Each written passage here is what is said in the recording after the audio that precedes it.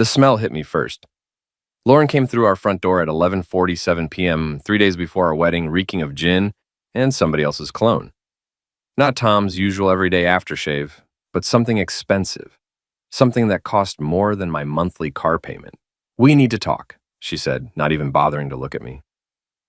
Her designer heels clicked against our hardwood floor like a countdown timer.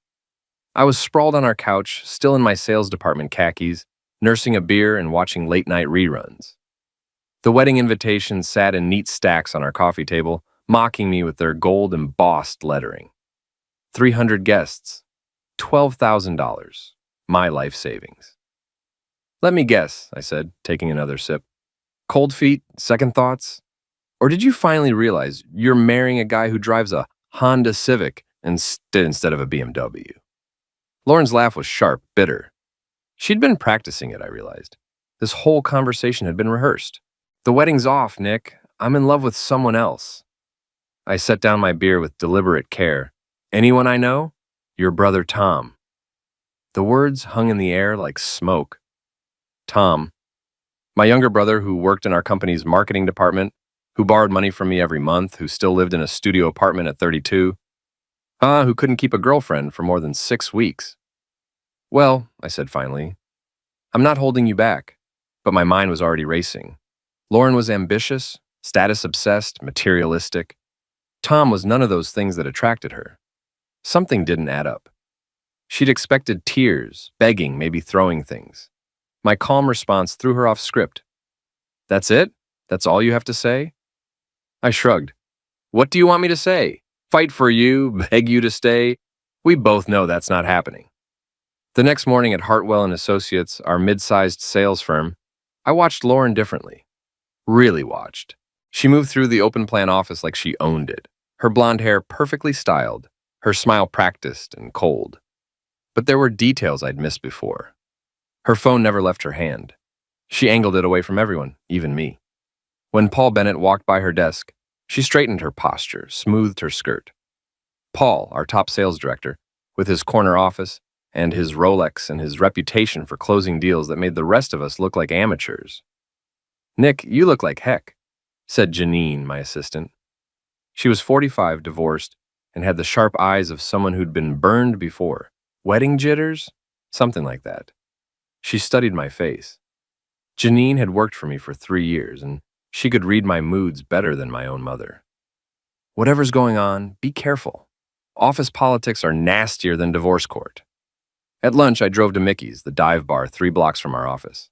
The kind of place with sticky floors and loud regulars who knew everyone's business. I needed information, and alcohol loosened tongues better than truth serum. Sure enough, Melissa was there, Lauren's best friend, the office gossip, already 2 drinks deep. "Nick," she called out, her voice too bright. "Shouldn't you be tasting wedding cake or something?" I slid onto the bar stool next to her. "Wedding's off." Her face went through a series of expressions: surprise, guilt, something that looked almost like relief. "Oh no, what happened?" "Lauren's in love with my brother, apparently." Melissa's laugh was too loud, too forced. "Tom? Really? I mean, he's sweet, but what?" She took a long sip of her martini. "Nothing. It's just surprising, that's all." I bought her another drink, then another. By 2 p.m., her tongue was loose enough to hang herself with. "You know," she said, leaning closer, "Lauren's got it all figured out. Tom's devotion, Paul's money, your blind trust. She's like a chess player, always 3 moves ahead." My blood went cold. "Paul's money?" Melissa's eyes widened. She'd said too much. "I mean, Paul's he's successful, you know? Lauren admires success." I left her there, stumbling over her words, trying to backtrack. But the damage was done. Back at the office, I started paying attention to things I'd ignored before. Paul lingered by Lauren's desk every morning, bringing her coffee. Expensive coffee from the boutique place downtown, not the break room swill the rest of us drank. Lauren's laugh was different around him, genuine, not the practiced sound I'd been hearing at home. And Tom was nowhere near Lauren. He barely looked at her. For a man supposedly in love, he was doing a terrible job of showing it. At 5 p.m., as I was packing up my desk, Janine appeared with a manila envelope. "This came for you. No return address." Inside was a single sheet of paper with a message in block letters. Check the security camera footage in parking level C, yesterday 6:30 p.m. I knew our building's security system. I'd helped design the employee access protocols. Getting into the footage wouldn't be hard. I had administrative privileges from a project last year that IT had never revoked. The timestamp read 6:31 p.m. Level C, Section 4. Lauren's silver Audi was parked in the corner spot she always chose. And there, pressed against the driver's side door, were Lauren and Paul Bennett. His hands were in her hair, her arms around his neck, kissing like teenagers. Tom was nowhere to be seen. I saved the footage to a flash drive and leaned back in my chair. Lauren hadn't fallen in love with my brother. She'd fallen in love with my biggest rival at work, the man who'd stolen 3 major clients from me this year, who drove a Mercedes and lived in a downtown penthouse. Tom was just the cover story, the lie that was supposed to make me feel sorry for her instead of suspicious. But Lauren had made one critical mistake. She'd underestimated me. I'd spent 5 years in sales, learning to read people, to find their weaknesses, to close deals by knowing exactly what motivated them. I was good at my job because I understood human nature. And now I was going to use every skill I'd learned to destroy the woman who'd tried to make a fool of me. The next morning, I called in sick and drove to the other side of town, to a strip mall office with Brennan Investigations painted on the window in fading gold letters. Inside, Jack Brennan looked exactly like Central Casting would order for an ex-cop private investigator. Gray hair, weathered face, eyes that had seen too much. "Cheating wife?" he asked before I'd even sat down. "That obvious? You've got the look. What do you need?"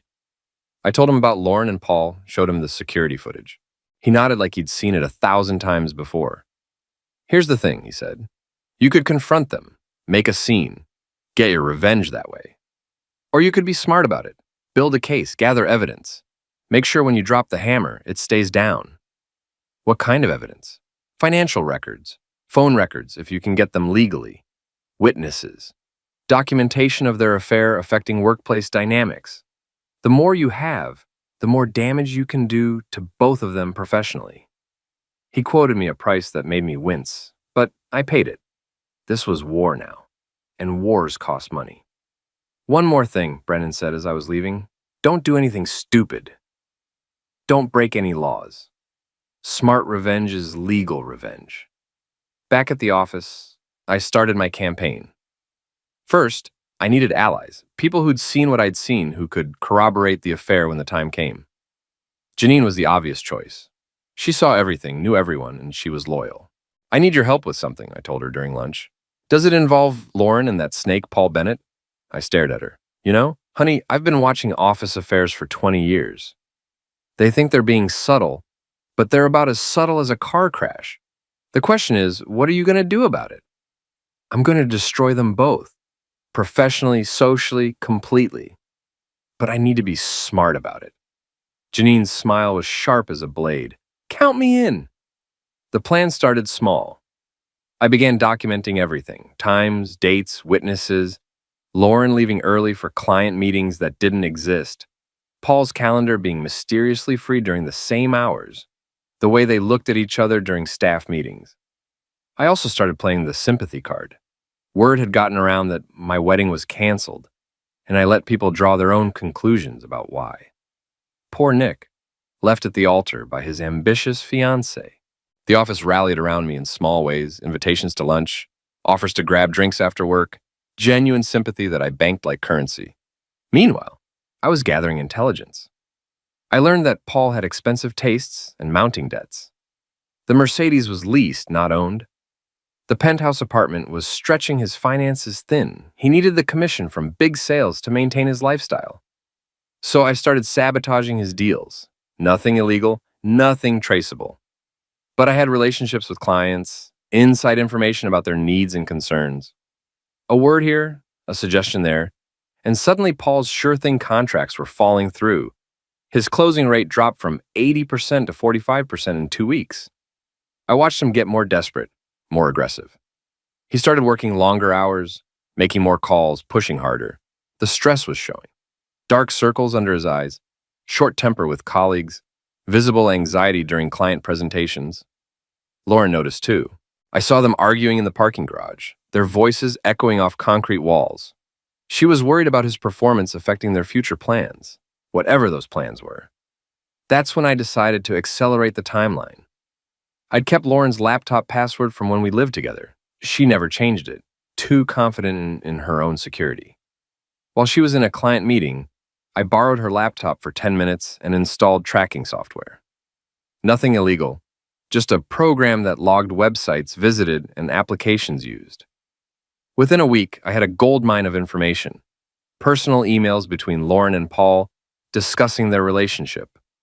Financial planning documents for their life together. And most damaging of all, emails about manipulating me and Tom to cover their tracks. One email made my blood boil. Nick is so predictable. Feed him the story about Tom. Let him feel betrayed but not suspicious. He'll be hurt but won't dig deeper.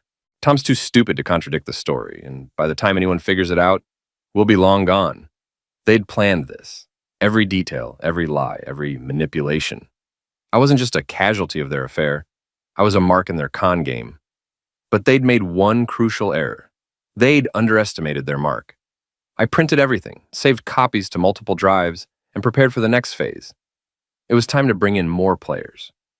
Mason Webb, our HR director, was a by-the-book company man who took policy violations seriously, especially when those violations involved senior staff members and conflicts of interest.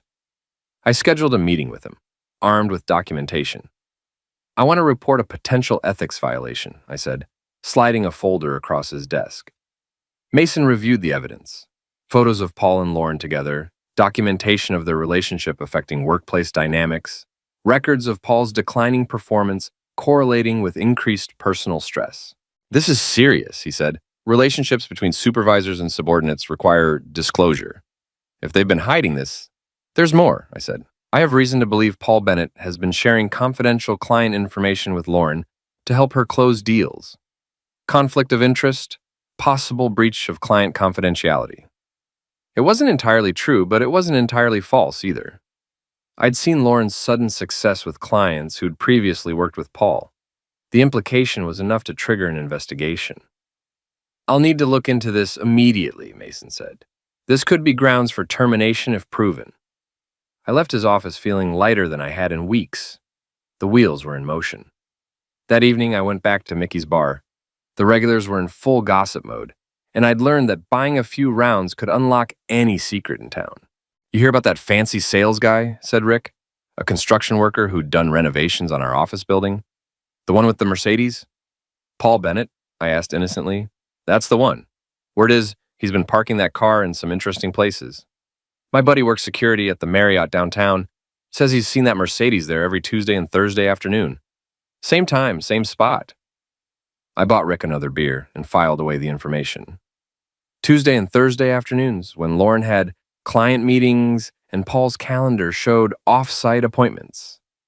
The Marriott, room service receipts would show 2 meals, hotel security would have footage, credit card records would prove Paul was paying for the room. I called Brennan the next morning. I need you to verify some hotel records, I said. That's going to cost extra. Bill me. By Friday, I had everything. Hotel receipts, security footage, credit card statements showing a pattern of deception going back 4 months. Paul and Lauren had been planning this long before my wedding was even scheduled. They'd been living a double life, playing me for a fool while building their escape plan with my own money. Lauren had been using our joint account to buy gifts for Paul, expensive dinners, even lingerie I'd never seen her wear. The betrayal was complete, calculated, and cruel. But now it was my turn. Monday morning, I arrived at the office early and went straight to Paul's corner office. He was already there, tie loosened, stress etched across his face. His latest deal had fallen through over the weekend, another one of my subtle sabotage efforts. Paul, we need to talk, I said, closing his door behind me. He looked up, irritated. I'm busy, Nick. Whatever it is, it's about Lauren. His face went pale.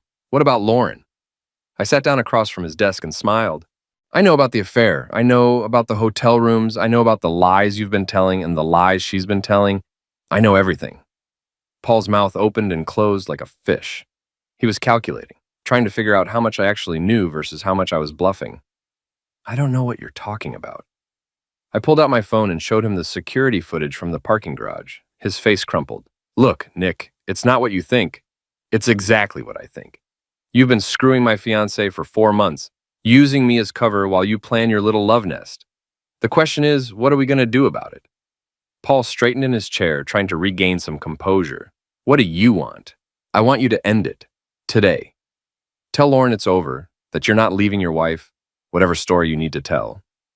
But it ends now. And if I don't? I leaned forward. Then HR gets a very interesting package of evidence about ethics violations, conflict of interest, and misuse of company resources. Your wife gets copies of hotel receipts and security footage. And every client you've been courting gets an anonymous tip about your professional reliability. Paul's face went red. You can't blackmail me. I'm not blackmailing you. I'm offering you a choice. End it quietly, and maybe we can all move on. Keep it going, and I'll destroy you both. He was quiet for a long moment, staring at his hands. When he looked up, there was something desperate in his eyes. You don't understand. Lauren and I, we're in love. Real love, not like whatever you two had. I laughed. Actually laughed. Real love? Paul, she's using you just like she used me. You think you're special? You think you're the first guy with money she's targeted? That's not true. Ask her about Marcus Rodriguez. Paul's face went blank. Who? Her ex-boyfriend from 2 years ago. Married, wealthy, promised to leave his wife for her. Sound familiar? Or what about David Chen, the lawyer she was seeing before she met me? Same story, same promises, same ending. I was making it up, but Paul's expression told me I'd hit close to the truth. Lauren had a pattern, and Paul was just the latest mark. You're lying. Ask her, tonight. Ask her about her relationship history. Ask her why she really broke up with me 3 days before our wedding instead of 3 months ago. Ask her why she needed Tom as a cover story instead of just being honest about you. I stood up and headed for the door. You've got until 5 p.m. to decide. End it or I end both of you. I left him there, staring at his desk, his perfect world cracking around the edges. Next stop was Lauren's desk. She looked up as I approached, her smile automatic and false. Nick, what are you doing here? I thought you were taking time off to deal with everything. I was, but I had an interesting conversation with Paul just now. Her smile flickered. Oh, about what? About how he's ending your affair, today, permanently. Lauren's face went through a series of expressions, shock, fear, anger, calculation. She settled on indignation. I don't know what you're talking about. Sure you do. The Marriott, Tuesdays and Thursdays, room 412, his Mercedes, your Audi, 4 months of lies and deception. Should I keep going? She looked around the office, aware that people were watching. Our conversation was drawing attention, and Lauren hated being the center of negative attention. We can't talk about this here, she hissed. Why not? Afraid people will find out what you really are? Nick, please, let's go somewhere private. No, I'm done with private conversations with you. I'm done with lies and manipulation and being played for a fool. My voice was getting louder, and more people were looking our way. Lauren was trapped between her desk and the wall, and I was blocking her escape route. You want to know what's funny? I continued. Paul thinks he's special. He thinks you love him. But we both know the truth, don't we? You don't love anyone but yourself. That's not true. Then prove it. Choose. Right now, in front of everyone. Paul or me. Make your choice and live with the consequences. Lauren's eyes darted around the office. Everyone was watching now, pretending to work while straining to hear every word. This was better than reality TV. I can't do this here. Then you've made your choice. I turned and walked away, leaving her standing there, exposed and humiliated. Behind me, I could hear the whispers starting, the gossip mill grinding to life. By lunch, the whole office knew.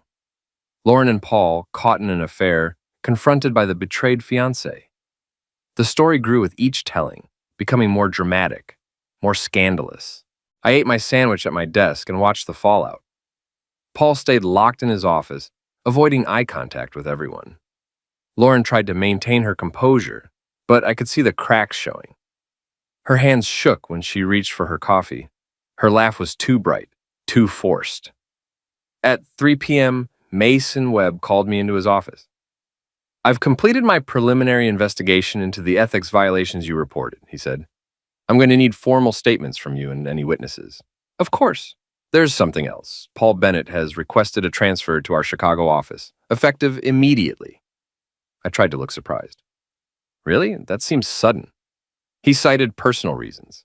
Given the circumstances, I think it's probably for the best. Paul was running, abandoning Lauren to save his own career. Exactly what I'd expected him to do when the pressure got too high. What about Lauren? Ms. Carver will be receiving a formal reprimand for failure to disclose a relationship that created a conflict of interest. She'll also be transferred to a different department, away from any clients she may have shared with Mr. Bennett. A reprimand and a transfer. Not exactly the destruction I'd been hoping for, but it was a start. At 4:30, Lauren appeared at my desk. "We need to talk," she said. "I'm busy." "Nick, please, 5 minutes." I looked up at her, really looked. Her perfect makeup was smudged, her hair slightly messed. The confident, manipulative woman I'd been living with was gone, replaced by someone desperate and afraid. "Fine, 5 minutes." We walked to the parking garage, the same place where I'd first seen her with Paul. The irony wasn't lost on either of us. "Paul's leaving," she said without preamble. "I heard. He's taking the Chicago transfer. He says it's temporary, but you know it's not." Lauren's composure finally cracked. Tears started flowing, real ones this time, not the calculated crying she'd used to manipulate me before. "I messed up, Nick. I messed up everything." "Yes, you did. Is there any way we can fix this? Go back to how things were?" I stared at her. After everything she'd done, all the lies and betrayal and manipulation, she still thought she could talk her way out of it. "Lauren, there is no going back. There's no fixing this. You made your choice 4 months ago when you started sleeping with Paul. You made it again when you lied to me about Tom. You made it every day since then when you looked me in the eye and pretended to love me. I do love you. No, you don't. You love what I represented, security, stability, someone you could control. But you don't love me." She was crying harder now, mascara running down her cheeks. "What am I supposed to do now? Paul's gone. My job is ruined. Everyone knows what I did." "You're supposed to live with the consequences of your choices, just like I'm living with mine." I turned to walk away, but she grabbed my arm. "Please, Nick, I'll do anything. I'll make it up to you. I'll let go of me. I'm pregnant." The words hit me like a physical blow. I turned back to face her, my mind racing. "What? I'm pregnant. 3 months along. 3 months. Right in the middle of her affair with Paul. The baby could be mine, or it could be his. Another lie, another manipulation, another way to control me." "Congratulations," I said. "I hope Paul's excited about becoming a father. Nick, please. The baby could be yours. Could be, might be, maybe. I'm done with maybes, Lauren. I'm done with all of it." I walked away and left her standing there, crying in the parking garage where her affair had started. It felt like poetic justice. But I wasn't done with my revenge. Not even close. The pregnancy bombshell should have been Lauren's ace in the hole, her final manipulation to reel me back in. But I'd learned to think 3 moves ahead, just like she had. The next morning, I called Brennan. "I need a paternity test," I said. "Prenatal or postnatal?" "Prenatal. And I need it done quietly, without her knowledge if possible." "That's tricky, but not impossible. There are ways to get DNA samples for testing. Hair from a brush, saliva from a drinking glass. It'll cost extra." "Do it." While Brennan worked on that angle, I focused on the office dynamics. Paul's sudden departure had left a power vacuum in the sales department, and I intended to fill it. I started reaching out to his abandoned clients, offering to take over their accounts personally. "I want to ensure continuity of service during this transition," I told Mason Webb. Paul's departure was so sudden. His clients need reassurance. Mason agreed. Within a week, I'd absorbed 3 of Paul's biggest accounts and their substantial commissions. Lauren watched from her new desk in customer service, her face a mask of barely controlled rage. But the real blow came when Brennan called with the paternity results. "The baby isn't yours. DNA doesn't match. Want me to run it against other samples?" "What other samples?" "I might have been able to collect some material from Paul Bennett's office before he left. Hypothetically speaking." I smiled. Brennan was worth every penny I was paying him. "Run the test." 2 days later, he called back. "Congratulations, you're not the father, but neither is Paul Bennett. The baby belonged to someone else entirely. Lauren had been juggling at least 3 men, maybe more. The pregnancy wasn't a tool to manipulate me or Paul. It was evidence of an even deeper deception. I had the proof printed and sealed in an envelope. Then I made some phone calls. First, I called Tom. "We need to talk," I said, "about Lauren and what she told you." We met at Mickey's that evening. Tom looked terrible, guilt and confusion written across his face. "Nick, I'm so sorry about everything. I never meant for it to happen.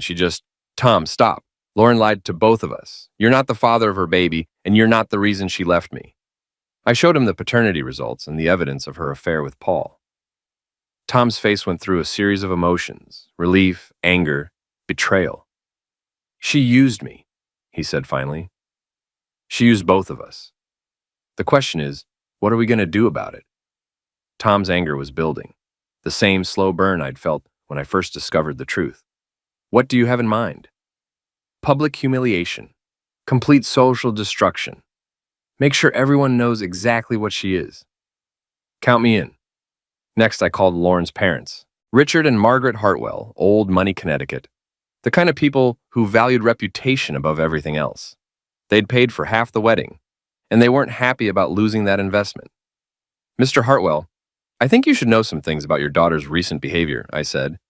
I arranged to meet them at their country club, a place where gossip traveled faster than wildfire and reputations could be destroyed over lunch.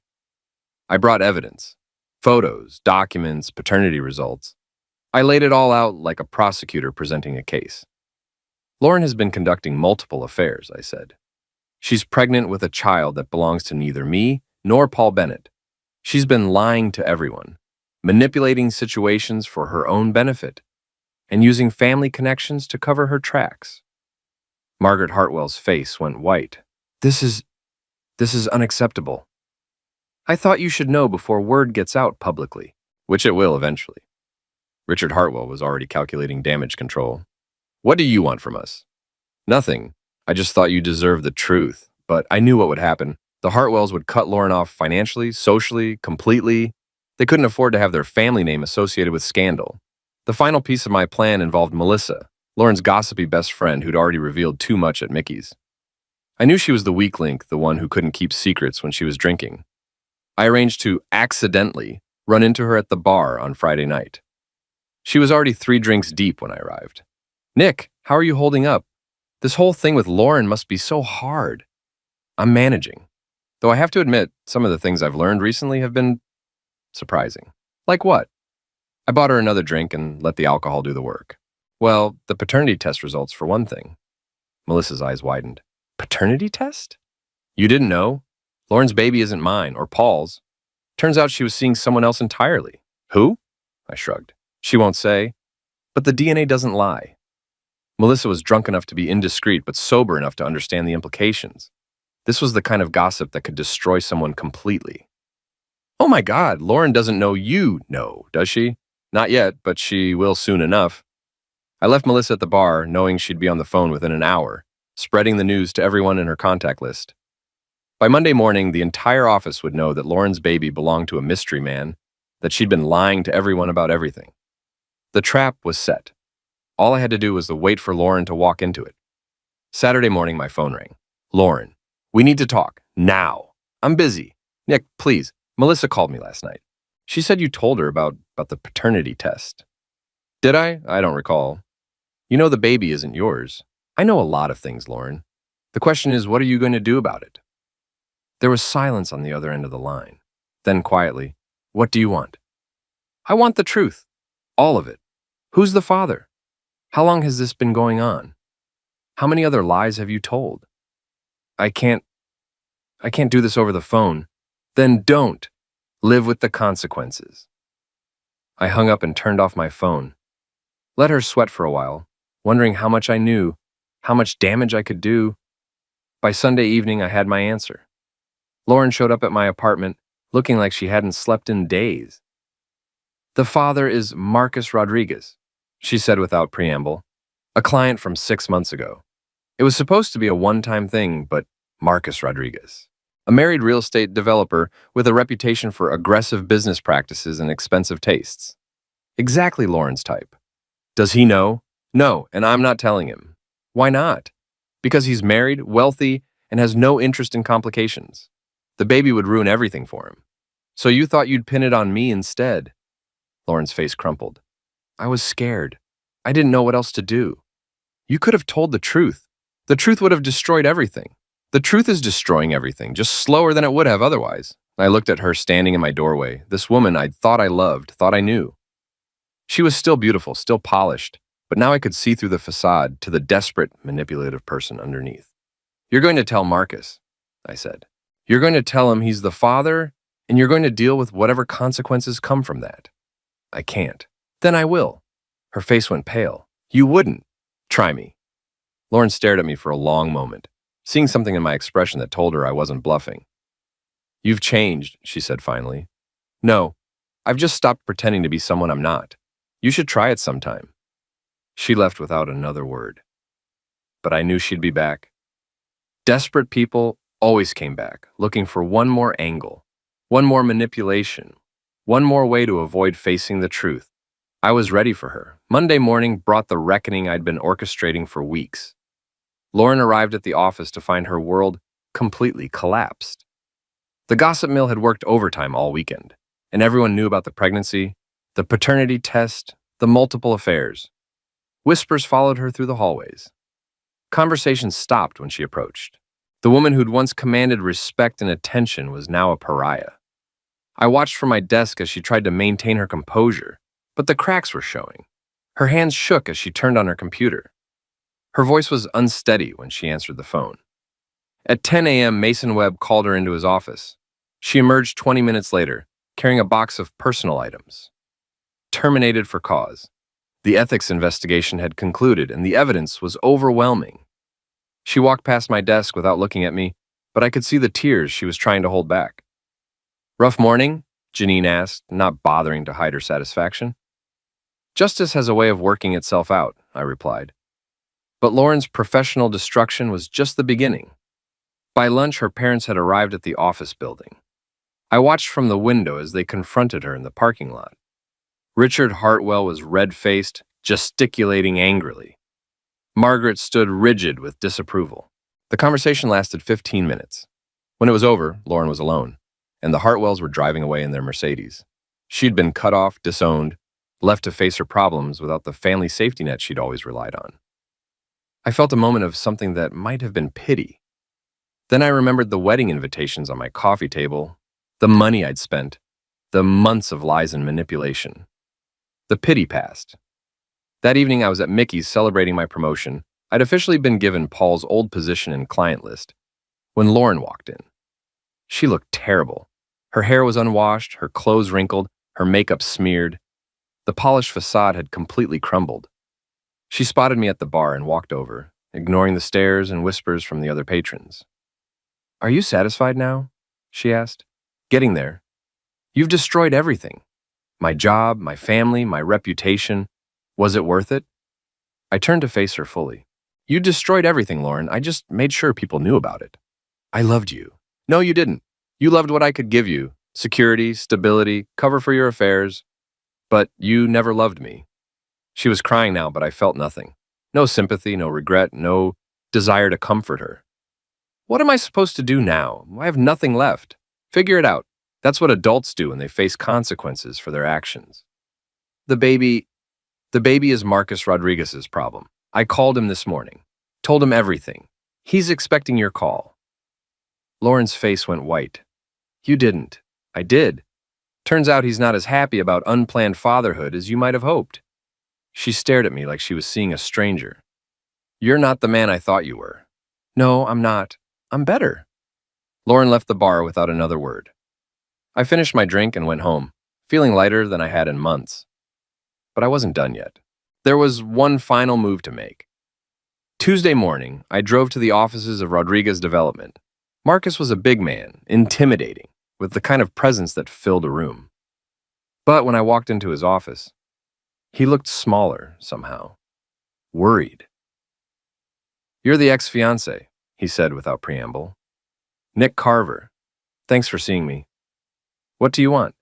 Just to make sure we understand each other. Lauren Hartwell is your problem now, not mine. Marcus nodded grimly. She called last night and wants money for a pregnancy procedure. Are you going to give it to her? Heck no. I'm not paying for her mistakes. What if she goes public, tells your wife? Marcus's smile was cold. Let her try. I've got lawyers, private investigators, resources she can't imagine. If she wants to play hardball, I'll show her what hardball really looks like. I left his office knowing Lauren had finally met her match, someone with more money, more power, and fewer scruples than she had. The final confrontation came Wednesday evening. Lauren appeared at my apartment one last time, looking desperate and defeated. Marcus won't help me, she said. I know. My parents won't take my calls. I know. I have nowhere to go, no money, no job. I'm 3 months pregnant and completely alone. I know. She stared at me, waiting for some sign of the man she'd thought she could manipulate and control. Please, Nick, I'm begging you, help me. I looked at her for a long moment. This woman who'd tried to destroy me, who'd lied and cheated and manipulated everyone around her. No, I said simply. What? No, I won't help you. I won't save you. I won't be your backup plan or your safety net or your way out of the mess you created. But I have nothing. Then you have exactly what you deserve. Lauren's face went through a series of emotions: shock, anger, desperation, and finally acceptance. She was truly alone for the first time in her life, without anyone to manipulate or control or fall back on. You're going to regret this, she said. No, I'm not. But you're going to regret every choice that led you here. She left my apartment and my life forever. I watched from my window as she got into her car. The silver Audi would probably be repossessed within a month, and drove away. 6 months later, I heard through the office grapevine that Lauren had moved back to her hometown in Ohio, working as a waitress and raising her baby alone. Marcus Rodriguez had made sure she couldn't cause him any trouble, using his resources to keep her quiet and far away. Paul Bennett had lasted 3 months in Chicago before being quietly let go from the company.